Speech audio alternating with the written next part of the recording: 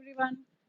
आज क्यूए का जो टॉपिक हम उठाते हैं वो है क्वाड्रेटिक इक्वेशन। लोग इसका नाम सुन के ही घबरा जाते हैं, डर जाते हैं कि भाई कौन सी बड़ी बला आ गई। लेकिन यकीन मानिए, क्वाड्रेटिक इक्वेशन दिखने में जितना ही भयानक और डरावना लगता है, एक्चुअली अगर आप इसके कॉन्सेप्ट को समझ लें तो आप इसको इजीली सॉल्व कर पाएंगे और बहुत ही एक्यूरेटली सॉल्व कर पाएंगे। तो इसको बहुत बड़ा हवा बनाने की जरूरत नहीं है। So let's see how do we solve quadratic equations actually. But before we start, let's recall some basics जो कि हमने स्कूल में पढ़े थे, कुछ कॉन्सेप्ट्स, कुछ terms. So constants and variables क्या होते हैं? कोई भी चीज जिसकी वैल्यू कभी बदलती नहीं है वो कांस्टेंट होगी। जैसे कि जुलाई के महीने में कितने दिन होते हैं? So there are always 31 days in July. That is a constant, its value won't ever change. Similarly जितने नंबर्स हैं, 4 की वैल्यू हमेशा 4 ही रहेगी, 5 की वैल्यू हमेशा 5 ही रहेगी। So all these numbers are constants. और वेरिएबल वो होता है जिसकी value situation to situation change होती रहती है।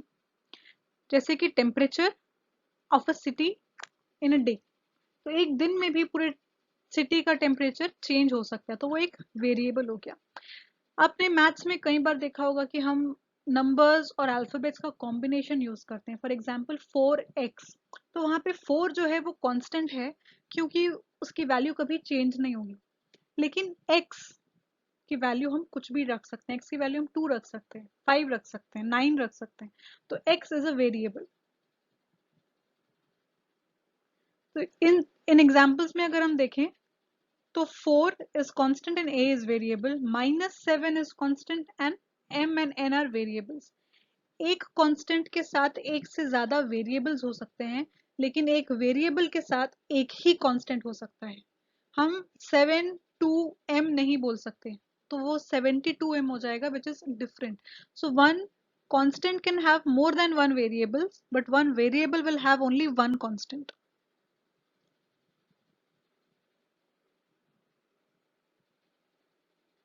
अभी न्यूमेरिकल कोएफिशिएंट क्या होता है? तो अगर सारे वेरिएबल्स मैथ्स में एक न्यूमेरिकल कोएफिशिएंट के साथ आते हैं, तो यहाँ पे a जो है वो वेरिएबल है और 4 उसका न्यूमेरिकल कोएफिशिएंट है। यहाँ पे m और n का कोएफिशिएंट हुआ -7। m का भी कोएफिशिएंट अगर इंडिविजुअली लें तो -7 होगा, n का इंडिविजुअल कोएफिशिएंट लें तो वो -7 होगा। तो किसी भी नंबर और अल्फाबेट के कॉम्बिनेशन में जो अल्फाबेट है वो वेरिएबल होता है और उसके साथ जो नंबर है वो उसका न्यूमेरिकल कोएफिशिएंट होता है।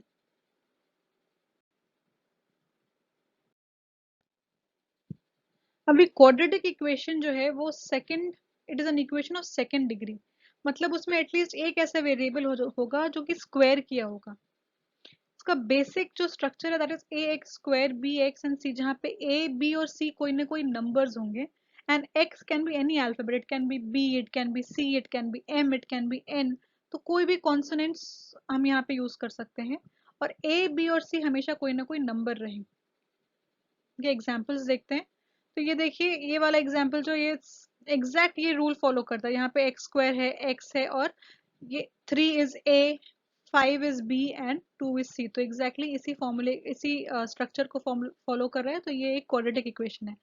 यहाँ पे सिमिलरली y, x की जगह हमने y ले लिया है एज अ वेरिएबल, और 2 4 and 9 are constants.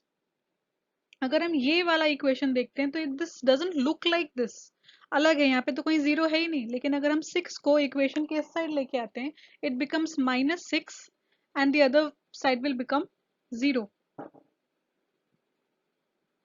So let's C, it will be 3m square plus 8m minus 6 is equal to 0।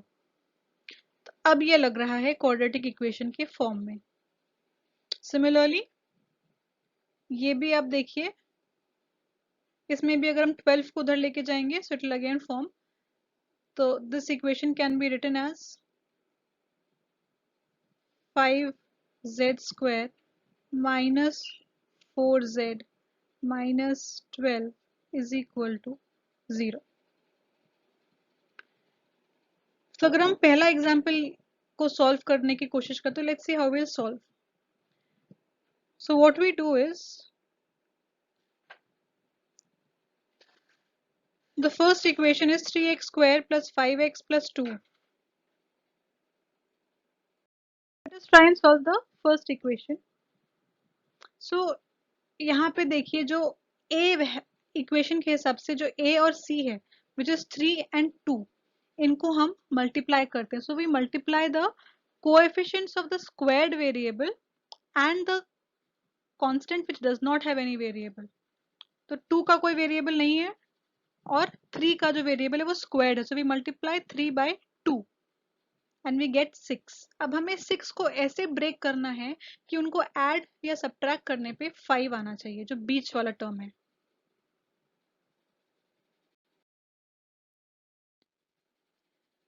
तो हमारी इक्वेशन था वो था 3x square plus 5x plus 2 is equal to 0. अभी हमें पता है कि 6 के जो फैक्टर्स हैं वो 3 एंड 2 हैं और उनको ऐड करने पे 5 आता है. Now we can rewrite this equation as 3x square plus 3x plus 2x plus 2, जहाँ पे हमने ये 5x को ब्रेक करके 3x प्लस 2x कर दिया, जो कि हमारे 3 एंड 2 के मल्टीप्लीकेशन के फैक्टर्स हैं.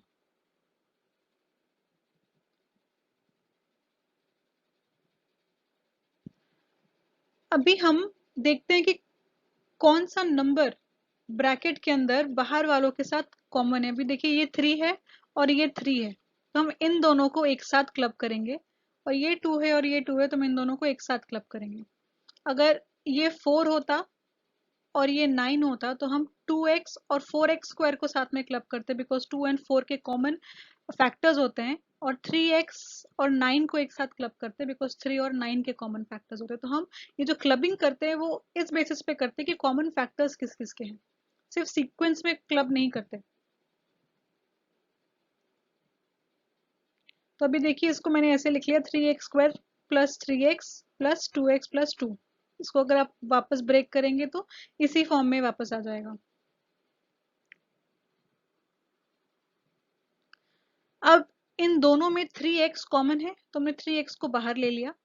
अगर हम 3x को बाहर लेते हैं तो अंदर क्या बचता है x प्लस 1. तो आप मल्टीप्लाई करके देखिए 3x into x is 3x square and 3x into 1 is 3x. Similarly हम ये वाले ब्रैकेट को भी तोड़ते हैं. कॉमन क्या है? 2 है, सिर्फ 2 कॉमन है, प्लस 2. तो प्लस 2 हमने बाहर ले लिया और x प्लस 1 हमने अंदर ले लिया. 3x into x is 3x square, 3x into 1 is 3x, plus 2 into x is plus 2x, plus 2 into plus 1 is plus 2. तो क्या ये और ये इक्वेशन सेम है?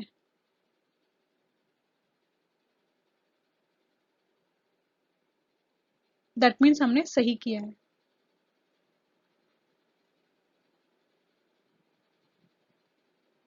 अब जो ब्रैकेट में है वो देखिए हमेशा कॉमन होने चाहिए, मतलब एग्जैक्ट सेम वैल्यू आनी चाहिए. अगर आपकी ब्रैकेट के अंदर की वैल्यू एग्जैक्ट सेम नहीं आ रही है, मतलब आपने कहीं ना कहीं कोई गलती की है. तो ये ब्रैकेट वाले पार्ट्स को हम एक मान लेते हैं और बाकी दोनों को एज इट इज अलग एक टर्म मान लेते हैं. तो x प्लस 1 एक टर्म हो गया और 3x प्लस 2 एक अलग टर्म हो गया.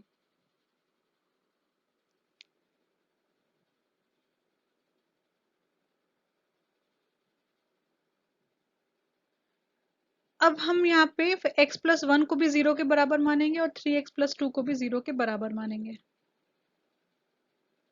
तो हमारे x के दो वैल्यूज निकल आती है -1 और -2/3. इतना इजी है क्वाड्रेटिक इक्वेशन सॉल्व. अभी 3 इंटू 14 नहीं करेंगे, बिकॉज हमें इसको क्वाड्रेटिक इक्वेशन के फॉर्म में लिखना पड़ेगा, जहाँ पे पहला इक्वेशन स्क्वायर्ड हो, दूसरा पार्ट अनस्क्वायर्ड है और तीसरा बिना वेरिएबल के हो. सो इसको हम ऐसे रीराइट करेंगे ना. 15 इंटू 3 इज 45. तो अब हमें 45 को ऐसे ब्रेक करना होगा कि प्लस या माइनस करने पे 14 आए. 45 के 3 फैक्टर्स होते हैं, 3, 3 और 5, लेकिन हमको सिर्फ 2 चाहिए. तो हम 9 और 5 को क्लब कर देंगे, इसको 9 बना देंगे और इसको 5 बना देंगे. तो 9 प्लस 5 इज 14.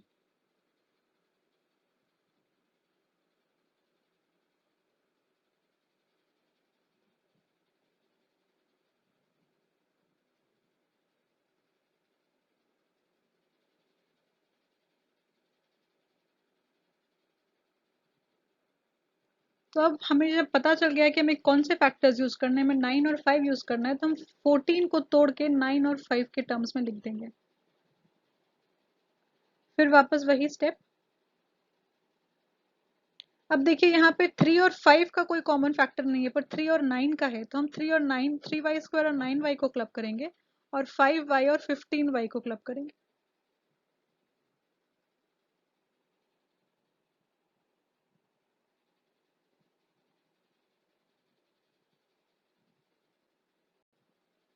अब देखिए फिर से जैसे मैंने बोला था, ब्रैकेट की जो वैल्यू है वो हमेशा सेम आएगी, तो y+3 को हमने कॉमन ले लिया, और क्या बचा 3y+5, so y+3 will also be equal to 0, and 3y+5 will also be equal to 0। सो हमारी y की वैल्यूज आती है -3 या -5/3।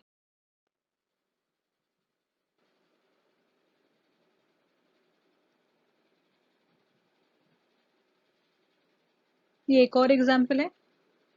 यहाँ पे हमने 3 और 6 को मल्टीप्लाई किया, 18 आया,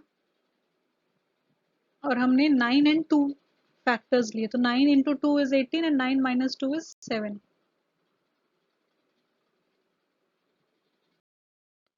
अभी आप खुद से सॉल्व करके देखिए, और कमेंट्स में बताइए अगर आपको कुछ दिक्कत हुई सॉल्व करने में, या कोई अगर चीज़ समझ में नहीं आई तो आप कमेंट्स में पूछ सकते हैं। अगर सब समझ में आ गया है, आपके कॉन्सेप्ट्स क्लियर हैं, तो प्लीज़ लाइक कीजिए और सब्सक्राइब कीजिए। Thank you.